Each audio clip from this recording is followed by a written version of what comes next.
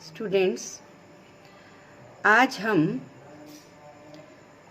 राग देश के राग वर्णन, आरोह अवरोह और पकड़ का टेक्स्ट लिखेंगे और उसके पश्चात इन्हें गाकर आपको राग देश के स्वरूप से रूबरू करवाने जा रहे हैं। राग देश बच्चों बहुत ही मधुर राग है। इस राग के लिए चंद्रिका सार ग्रंथ में उल्लेख मिलता है। पंचम वादी अरुरिखप संवादी संजोग सोरठ के ही सुरंते देश कहत है लोग। यह राग खमास थाट के जन्य रागों में से एक है। यह राग औढ़ो संपूर्ण माना जाता है। आरोह में गंधार और धैवत स्वर वर्ज्य है। इसका वादी स्वर ऋषभ और संवादी पंचम है। गायन समय रात्रि का दूसरा प्रहर माना जाता है, अर्थात यह राग रात्रिय गेय राग है। खमास थाट के रात्रि गेय रागों का अपना एक अलग ही सौंदर्य होता है। इस राग में दोनों निषाद तथा शेष स्वर शुद्ध लगते हैं। इस राग का स्वरूप सोरठ नामक एक प्रसिद्ध राग से प्रायः मिलता जुलता है, अथवा यह कहा जाए कि यह राग बहुत कुछ सोरठ नामक राग के समान दिखाई देता है, तो अतिशयोक्ति नहीं होगी। यही कारण है कि इन दोनों रागों को एक के बाद एक गाने में गायकों को बहुत कठिनाई का सामना करना पड़ता है। इस राग में गंधार स्वर स्पष्ट रूप से लिया जाता है, वहीं सोरठ में प्रायः ढका हुआ सा लिया जाता है।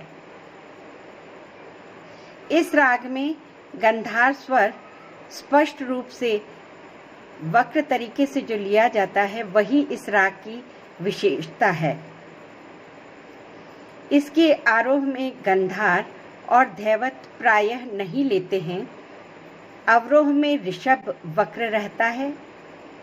यह राग बहुत ही लोक प्रसिद्ध राग है। लोक संगीत के अनेक गीतों में इस राग का प्रयोग होता है और शास्त्रीय संगीत में भी यह राग बहुत लोकप्रिय रही है। इस राग का आरोह है सारे म प नी सा। आरोह में शुद्ध निषाद है। अवरोह है सा नी ध प म ग रे ग सा।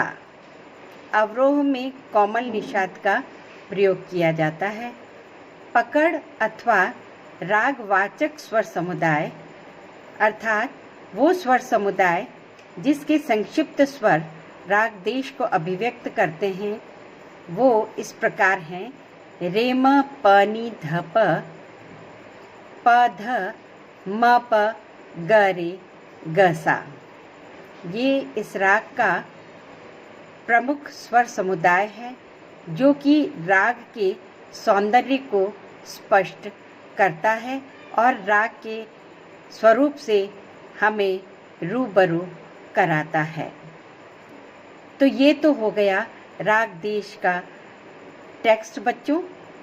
अब हम इस राग को गा के देखेंगे कि इस राग में स्वरों का किस तरह से प्रयोग किया जाता है। यह राग बहुत ही मनमोहक है, किंतु इस राग के आरोह अवरोह और पकड़ यानी मुख्य समुदाय का आप घर पर अभ्यास करें। उससे पूर्व आप अलंकारों का अभ्यास अवश्य कर लें, क्योंकि गले की तैयारी के साथ ही शास्त्रीय संगीत के स्वरों का शुद्ध और सही जगह ईमानदारी के साथ प्रयोग हो सकेगा।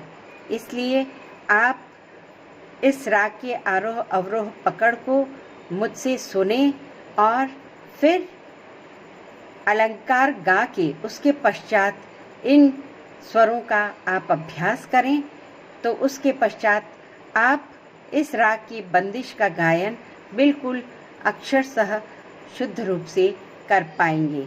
तो हम स्टार्ट करते हैं राग देश के आरोह अवरोह और पकड़ का गायन। जैसा कि आपने टेक्स्ट में देखा है, हम आज आपको राग देश का परिचय आरोह अवरोह पकड़ के साथ दे दिया है। आपने इसका आरोह अवरोह पकड़ पूरी तरह से लिख ही लिया होगा, राग का स्वरूप समझ में आ गया होगा। राग संपूर्ण है, जैसे कि आरोह में इसमें गंधार और धैवत स्वर नहीं लगते हैं, किंतु ये राग संपूर्ण कहलाता है। विशिष्ट रूप से इसका प्रयोग होता है। ये राग रात्रि का गायन समय, इस राग का गायन समय है और रात्रि के राग है ये राग। और ये राग सोरठ राग से बहुत कुछ मिलता जुलता राग है।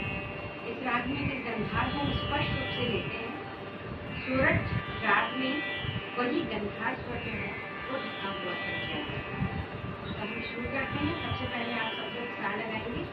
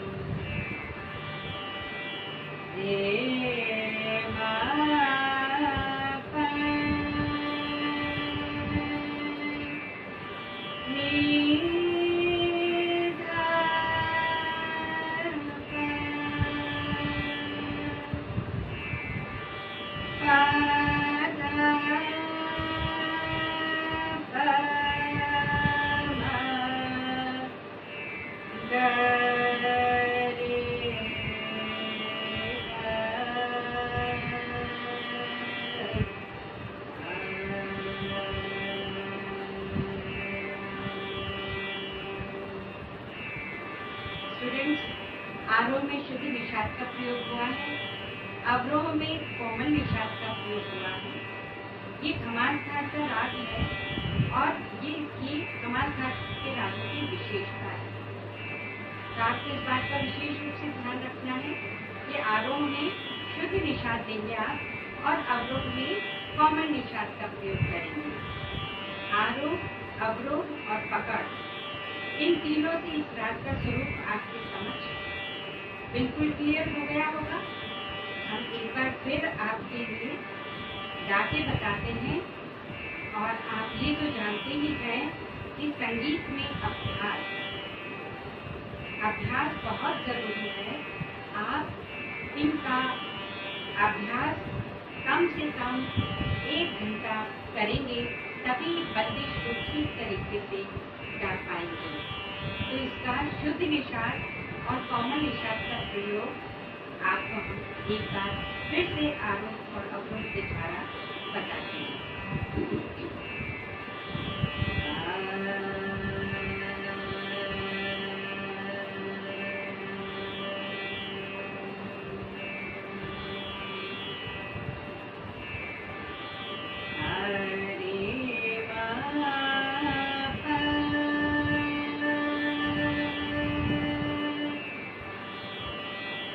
पंचम इसका वादी स्वर है, क्योंकि कुछ विद्वान इसका वादी स्वर पंचम मानते हैं और संवादी ऋषभ मानते हैं और कुछ विद्वान इसका वादी स्वर ऋषभ मानते हैं और संवादी स्वर पंचम मानते हैं। कुल मिला के पंचम इस राग का प्रधान स्वर है, अतः इस पे न्यास देना है।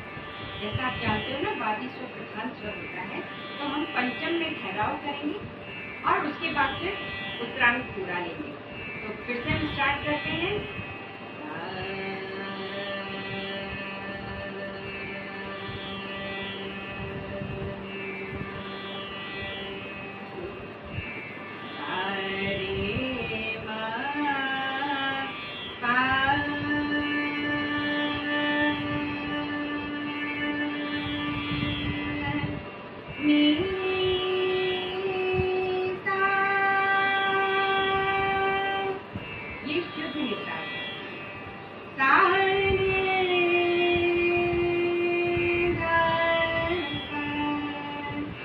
कॉमन निशान है।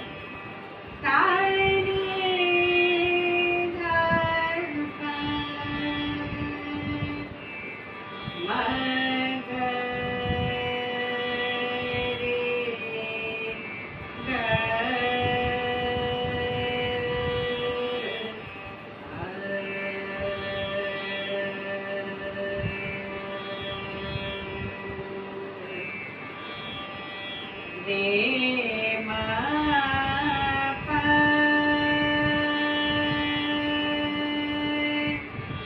नी धा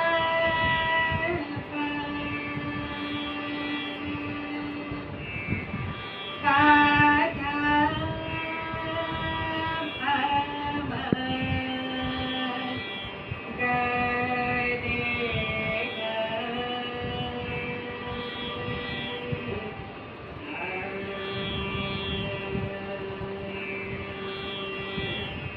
ये इस राग का पकड़ है, यानी कि मुख्य स्वर समुदाय है, जिससे कि राग फौरन पहचान में आती है।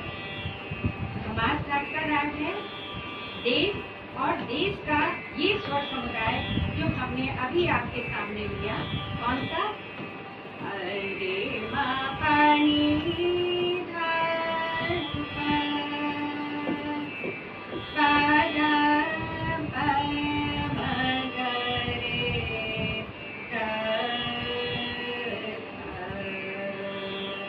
ऐसा कहते ही राग देश अपने आप स्पष्ट हो जाता है।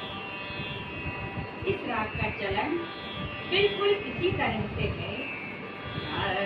रे मा पानी